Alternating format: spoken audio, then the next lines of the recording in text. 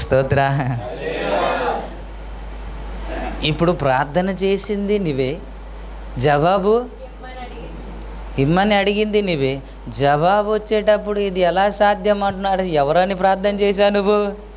ఏమని ప్రార్థన చేశా? అసలు నీకు ఏం అర్థమైంది దేవుని గురించి? ఈ జకరియా బైబిల్ వాక్యం అంతా చెప్తున్నాడు, కానీ దేవుని గురించి ఏం అర్థమైంది? ఇంకా అర్థము కాలేదు. అర్థవంతమైన ప్రార్థన చేస్తే దేవుడు కార్యం చేస్తాడు. ప్రార్థన చేస్తాం, ప్రభువా ఇది చేసేయి అంట, కానీ విశ్వాసం మాత్రము ఉండదు. ఆయన ఎవరో మనకి ఇంకా అర్థం కాలేదండి. ఆయన ఎవరో ఇంకా అర్థం కాలేదు. వీళ్ళు అయ్యా మేము నశించిపోతున్నామని లేపారు, కానీ ఇంకా ఆయన ఎవరు వాళ్ళకి అర్థం కాలేదు, తెలియదు.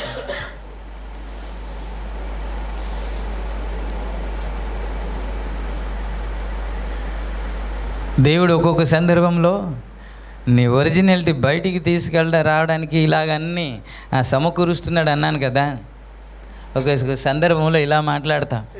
కొంతమంది తిడుతూ ఉంటారు కదండి, కొంతమంది తిడుతూ ఉంటే కొద్దిగా సహిస్తాం, కొద్దిగా ఓపికతో ఉంటాం. ఇంకా తిడుతున్నాడు అనుకోండి, ఇంకా తిడుతున్నాడు అనుకోండి, ఇంకా తిడుతున్నాడు అనుకోండి, సహించి అంటే రే ఇంకా నా సంగతి అంటే ఇప్పుడు కనిపిస్తున్నవాడు నువ్వు కాదనమాట, లోపల కూడా ఉన్నాడనమాట. ఆడు అప్పుడప్పుడు వస్తాడనమాట, ఆడు కార్యాన్ని జరిగించుకుని వెళ్ళిపోతాడనమాట, ఆడు దాక్కుని ఉన్నాడనమాట. ఇప్పుడు ప్రైజ్ ది లార్డ్ అండి పాస్టమ్మ గారు అనేది నువ్వు కాదనమాట, ఇంకా లోపల కూడా. అది ఒరిజినాలిటీ ఉంది. స్తోత్ర. ప్రభునామానికే మహిమ కలుగునుగా. హల్లెలూయా.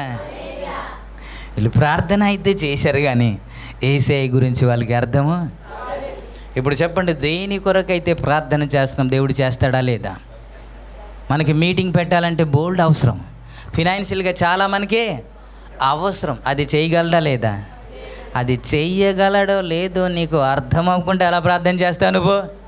నీకు అర్థమైతే ప్రార్థన చేస్తావు, ప్రార్థన చేసి వదిలేస్తావు, నిశ్చితంగా ఉంటావు. దేవునికి స్తోత్రం. హల్లెలూయా.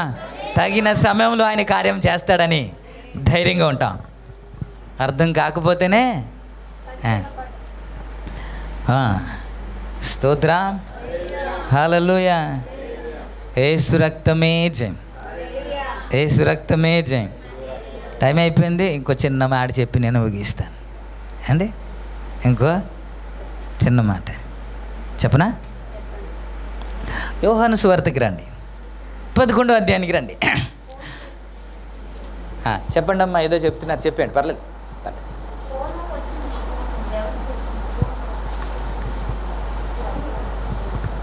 11వ అధ్యాయంలో ఒక కుటుంబం కనబడుతుంది మనకి, ఒక కుటుంబం కనబడుతుంది. మార్తా, మరియా, ఇంకా లాజరు. ఎవరు? మార్తా, మరియా, లాజరు. మార్తా ఏమో ఎప్పుడు వంటగదిలో ఉంటుంది, మరియా ఏమో ఎప్పుడు దేవుని సన్నిధిలో, పాత సన్నిధిలో ఉంటుంది. ఈ లాజరు ఏమో దేవుని చేత ప్రేమించబడిన వ్యక్తి.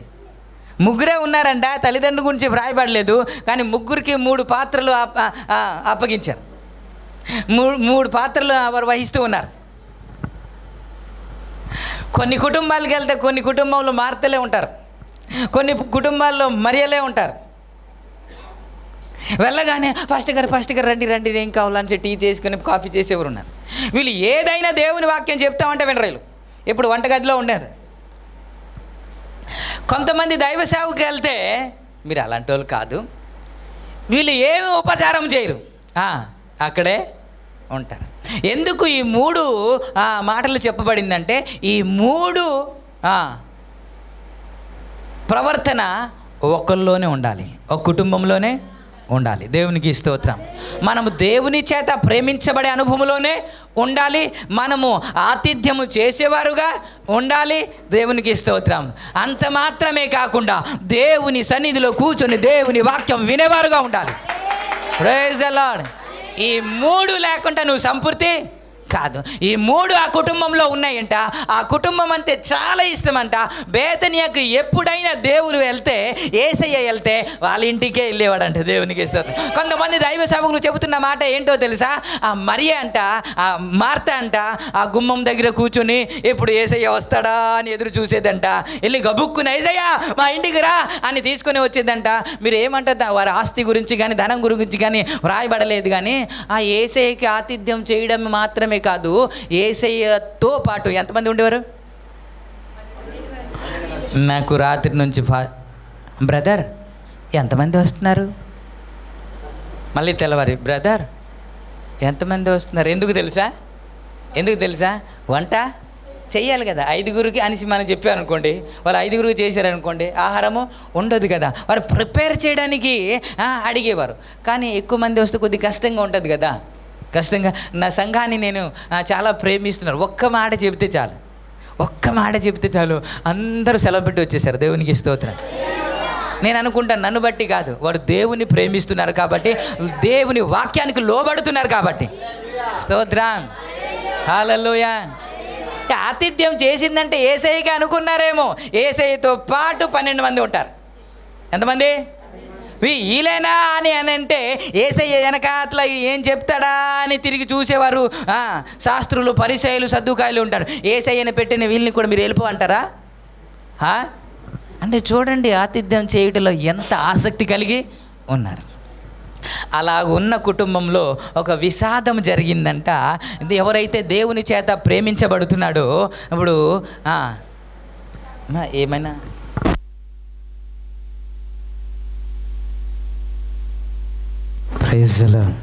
నేనే చాలా ఉన్నాయి కానీ ఈ ఒక్కటే చెప్పి నేను ముగిస్తాను. త్వరగా 5-10 నిమిషాల్లో ముగిస్తాను. 9 మాత్రమే అయింది. కనబడుతుంది కదా.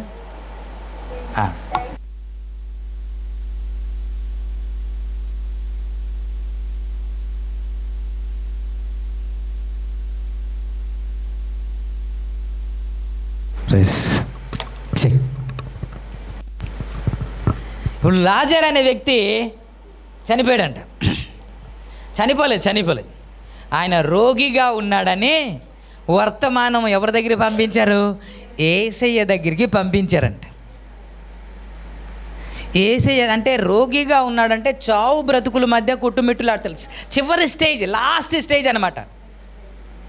అలాంటి పరిస్థితిలో యేసయ్య దగ్గరికి కబురు పంపిస్తే, యేసయ్య వచ్చి బాగు చేస్తాడని కబురు పంపిస్తే యేసయ్య వచ్చాడా?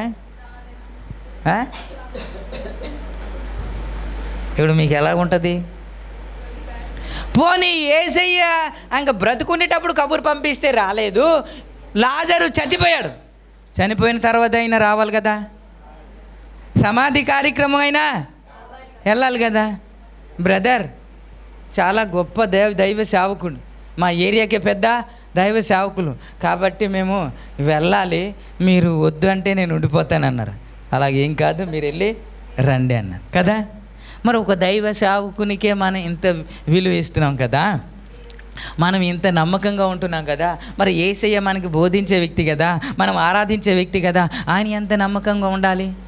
పిలవగానే వెళ్ళాలా వద్దా? ఇప్పుడు సమాధి కార్యక్రమం కూడా రాలేదనుకోండి, చివరి చూపు చూడడానికి కూడా రాలేదనుకోండి, శబాస్ అంటావా? అను. కానీ యేసయ్య వెళ్ళలేదంట. యేసయ్య ఇంకా కొన్ని దినములు అక్కడే ఉండిపోయాడు అని ఉంటుంది. ఇంకా కొన్ని దినములు ఉన్న చోటుని నిలిచిపోయాడు అని ఉంటుంది. ఒక 4 రోజులు అయిపోయిన తర్వాత ఇప్పుడు అంట, పదండి మనం లాజర్ని లేపుదాం అని అన్నాడంట. అదేంటి, ఇప్పుడే యూదులు నీకు కొడతామన్నారు కదా, అక్కడికే వెళ్తామని చెప్తున్నారు ఏంటంటే, పర్లేదు పదండి అన్నారు. వచ్చిన తర్వాత ముందు వచ్చింది ఎవరు అని అంటే మార్త. ఇప్పుడు 11వ అధ్యాయం తీసారా, 21వ వచనంలో అంటుంది, అయ్యా నీవెక్కడ ఉంటే నా సహోదరుడు సాబడు. ఎక్కడుంటే? ఇక్కడుంటే. యేసయ్య 23వ వచనంలో ఏమంటున్నాడంటే, నీ సహోదరుడు మరలా బ్రతుకును అన్నాడు. అప్పుడు ఆమె అంటుంది, నిజమే, పునరుత్థానంలో నా సహోదరుడు లేస్తాడని తెలుసు. అంటే 25వ వచనంలో పునరుత్థానమును జీవమును నేనే, నా యందు విశ్వసించువాడు చనిపోయినను బ్రతుకుతాడు అన్నాడు కదండి. ఇప్పుడేమో కొద్దిగా అలిగింది, బాగా ఇష్టం కదా మరియా, మా తమ్ముడు చనిపోతే రాడా అని అలిగింది. ఫాస్ట్ గారు ఫోన్ చేసినా లిఫ్ట్ చేయట్లేదు, ఈసారి ఫోన్ చేయకూడదు అని కొంతమంది అలుగుతారు కదా. పేరు చెప్పనా, ఆవిడ కూడా అలాగే అలిగిందంట. అలిగితే వెళ్ళి చెవిలో చెప్పింది మార్త, యేసయ్య నిన్ను పిలుస్తున్నాడు అని. అంటే ఆమె వచ్చింది. వచ్చిన తర్వాత 32వ వచనంలో ఏమంటుంది తెలుసా, ఆమె కూడా అదే, ఆమె వచ్చి ఆయనను చూచి, ప్రభువా నీవెక్కడ ఉంటే నా సహోదరుడు. అంటే వాళ్ళ మైండ్ సెట్ ఏంటి, బ్రతికి ఉండేటప్పుడు నా యేసయ్య వస్తే నా తమ్ముడు బ్రతుకుతాడు. ఇప్పుడు చచ్చిపోయాడు కాబట్టి, సమాధి కార్యక్రమం అయిపోయింది కాబట్టి, 4 రోజులు అయిపోయింది కాబట్టి ఇప్పుడు ఛాన్సే కదా వాళ్ళ ఉద్దేశం. మీరు అనుకుంటారు తలనొప్పి అయితే దేవుడు బాగు చేస్తాడు, కడుపు నొప్పి అయితే బాగు చేస్తాడు, ఊరు నొప్పి అయితే బాగు చేస్తాడు, కానీ క్యాన్సర్ బాగు చేయడా?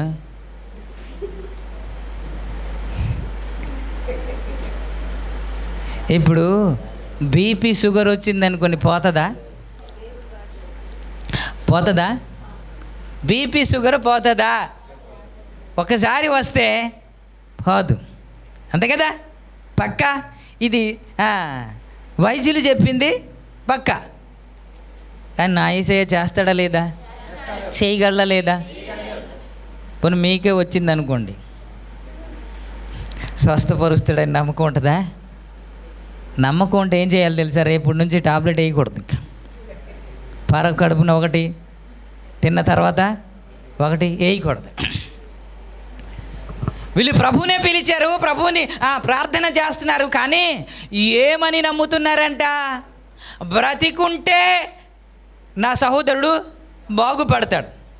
ఇప్పుడు చచ్చిపోయాడు కాబట్టి ఇంకా ఆయన ఏమీ చేయలేడు అనుకున్నాడు.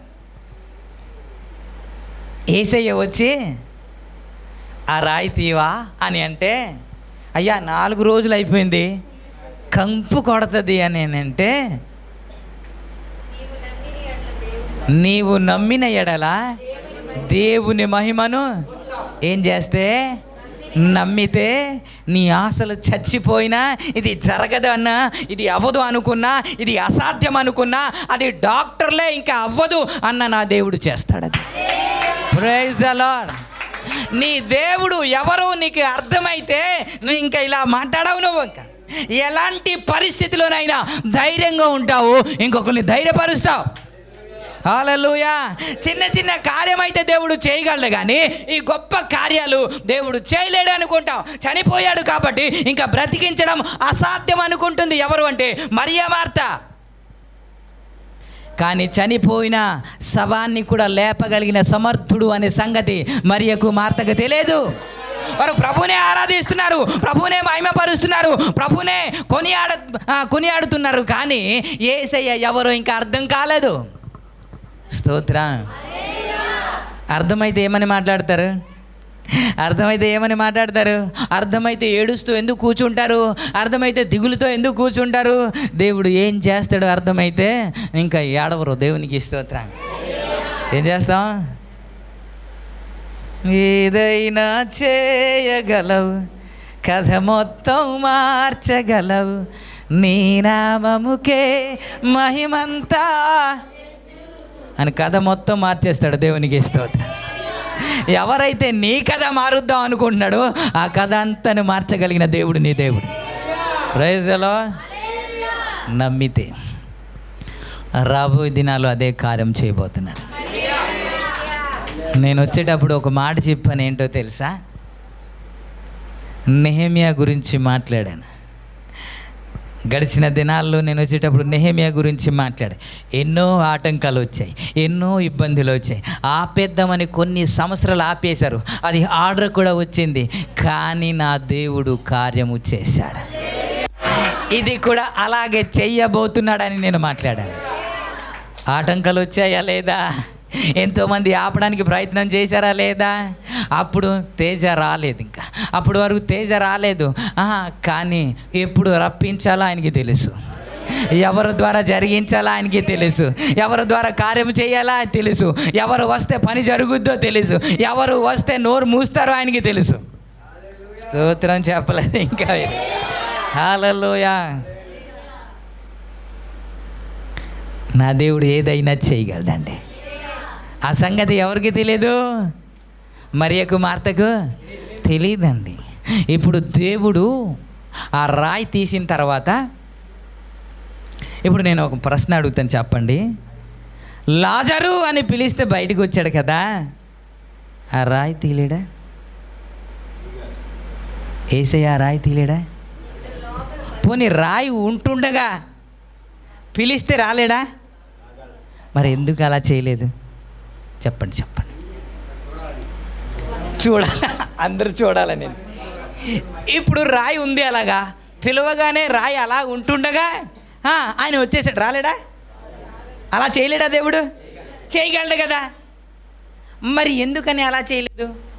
వీలే ఎందుకు తీయాలా? ఏమైనా సమజవుతుందా? ఇప్పుడు చెప్తాను, వినండి. నువ్వు చెయ్యాల్సింది చేస్తే నా దేవుడు చెయ్యాల్సింది ఖచ్చితంగా చేస్తాడు. Praise the lord. నువ్వు చేయాల్సిందే చేయకుండా నా దేవుడు కార్యము చేయమంటే ఆయన చేయడు. ఆయన ప్రైజ్ ద లార్డ్. రాయి తీయడం ఎవరు వంతు? దేవునికి నీకు అడ్డుగా ఉన్న ఏదైతే ఉందో అది తీయడం ఎవరు వంతు? అది మనం తీయగలిగితే, అది పక్కకి నెట్టగలిగితే దేవుడు నీ జీవితంలో, నా జీవితంలో, సంఘంలో కార్యము చేయడానికి ఇష్టపడుతున్నాడు. ఆ రాయి అలాగే ఉంటుంది, వద్దయ్యా అంటే అలాగే ఉంటాడు లాజర్. ఆ రాయి కొంచెం దొరిలిస్తే, కొంచెం బయటికి తీసేస్తే ఊహించలేని కార్యము దేవుడు చేయబోతున్నాడు. అద్భుత కార్యము దేవుడు చేయబోతున్నాడు. ఇప్పుడు ఓకే, ముగించిందా? ఇంకా పొడిగించకుండా నేను షార్ట్కట్లు ముగించడానికి ప్రయత్నం చేస్తున్నాను.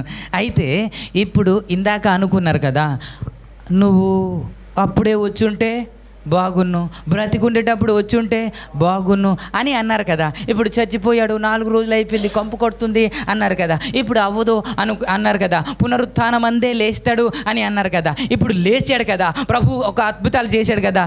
ఇప్పుడు మరియ దగ్గరికి వెళ్ళి, మార్త దగ్గరికి వెళ్ళి, అక్క అక్క అక్క అక్క నీ దేవుడు ఏమని అర్థమయ్యాడు అంటే ఏం చెప్తుంది ఇప్పుడు? ఏమని చెప్తుంది ఇప్పుడు? ఆయన ఏదైనా చేయగలడు. చనిపోయినా బ్రతికించగలడు నా దేవుడు. కుళ్ళిపోయిన శవాన్ని కూడా బ్రతికించగలడు దేవుడు. ఎవరైనా చనిపోయారా? ఇన్ని రోజులు అయిపోయిందా, ఇప్పుడు అవదేమో అని వస్తే నీకెందుకమ్మా భయపడుతున్నావు? నా దేవుడు ఏదైనా చేయగలడు. నా తమ్ముడిని బ్రతికించిన దేవుడే నీ జీవితంలో కూడా కార్యము చేస్తాడు అని ధైర్యంగా మాట్లాడుతుంది. ఇప్పుడు అది నేర్పించడానికే ఆలస్యం చేస్తాడు దేవుడు. అది నీకు అర్థం కాలేదు కదా, ఆయన ఎవరో తెలియదు కదా, అది తెలియడానికే దేవుడు ఆలస్యం చేస్తాడు. హల్లెలూయా. మన ఆలస్యంలో కంగారు పడిపోతాం. కాదు, దేవుని కార్యం ఏంటో. ఆలస్యమే అమృతం అంటాం కదా. ఏంటంట? ఆలస్యమే అమృతం అంటాం కదా. ఆలస్యం అవుతుందంటే ఏదో గొప్ప కార్యము చేయబోతున్నాడని అర్థం. యోహాను వృద్ధాప్యం, ఇప్పుడు ఎలిజబెతు, జకరియా జీవితంలో ఎప్పుడైనా దేవుడు ఇవ్వగలడు. ఎందుకని ఆలస్యము చేశాడంటే యేసయ్యకి ముందు 6 నెలల ముందే పుట్టాలి. అప్పుడు యేసయ్యకి బాప్తిస్మము ఇవ్వాలి. యేసయ్యకి బాప్తిస్మం ఇచ్చేవాడు ఎవడైనా ఉన్నాడు అని అంటే బాప్తిస్మం ఇచ్చే యోహాను తప్ప ఇంకెవడో పుట్టలేదు. దేవునికి స్తోత్రం. అతడు పుట్టినందుకు అనేక హృదయాలు సంతోషిస్తాయంట.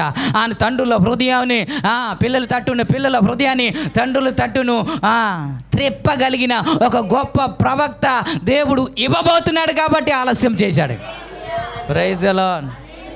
ఆలస్యం అయిపోతుందని ఏడుస్తున్నాను. కొంతమందికి ఇట్టే పిల్లలు పుడతారు కానీ పెంకిగా అవుతారు కదా. ఇట్టే పుట్టేస్తారు కానీ మాట వినరు. మా ఛానల్లో ఒక వీడియో ఉంది. ఒక పిల్లలు ఒక కుటుంబం బయట పడిపోయింది, చిన్న సమస్య వచ్చింది, రోడ్డు మీదకి వచ్చింది, ఉండడానికి ఇల్లు లేదు, పనిలోంచి కూడా తీసేశారు. మేము ప్రతి వారము కొంతమందికి ఆహారం పంపిణీ చేస్తున్నాం. ప్రతి వారం సాయంత్రం ఆహార పంపిణీ చేస్తున్నాము. మా ఛానల్ చూడండి, ఆ ఛానల్లో ఉంటుంది. అలాంటి సందర్భంలో మన పిల్లలు, మన విశ్వాసులు వెళ్ళి ఆ కుటుంబాన్ని దర్శించారు. వాళ్ళకి ఒక కుమారుడు పుట్టాడు. కానీ తన అవయవంలో సరిగ్గా లేదు. ఆయన మతి స్థితి లేకుండా పుట్టాడు. కానీ తల్లిదండ్రులు చూసుకొని మురిసిపోయేటట్టు మాత్రము లేదు, బాధపడేటట్టు. కొంతమంది పుట్టిన తర్వాత తల్లిదండ్రుల మాట వినరు, తల్లిదండ్రులకి ఇబ్బంది కలిగేటట్టు బ్రతుకుతారు, తల్లిదండ్రులు ఏడ్చేటట్టు బ్రతుకుతారు. ఏసావును బట్టి ఎవరు, ఇస్సాకు, రిబికా ఏడ్చారంట, బాధపడ్డారంట. కానీ యోహాను ఎలాంటి వాడిని దేవుడు ఇచ్చాడు? ఒక గొప్ప ప్రవక్తని ఇచ్చాడు. Praise the lord. ఇలాంటి కార్యము చేయడానికి నా దేవుడు ఆలస్యం చేస్తాడు. హల్లెలూయా. కాబట్టి ధైర్యం తెచ్చుకోండి. మీ ప్రార్థనకు ఏదైనా ఆలస్యము జరుగుతుందంటే ఏదో ఒక వింత కార్యము దేవుడు చేయబోతున్నాడు. హల్లెలూయా. ఈ మాటలు ప్రభువు ఆశీర్వదించునుగాక.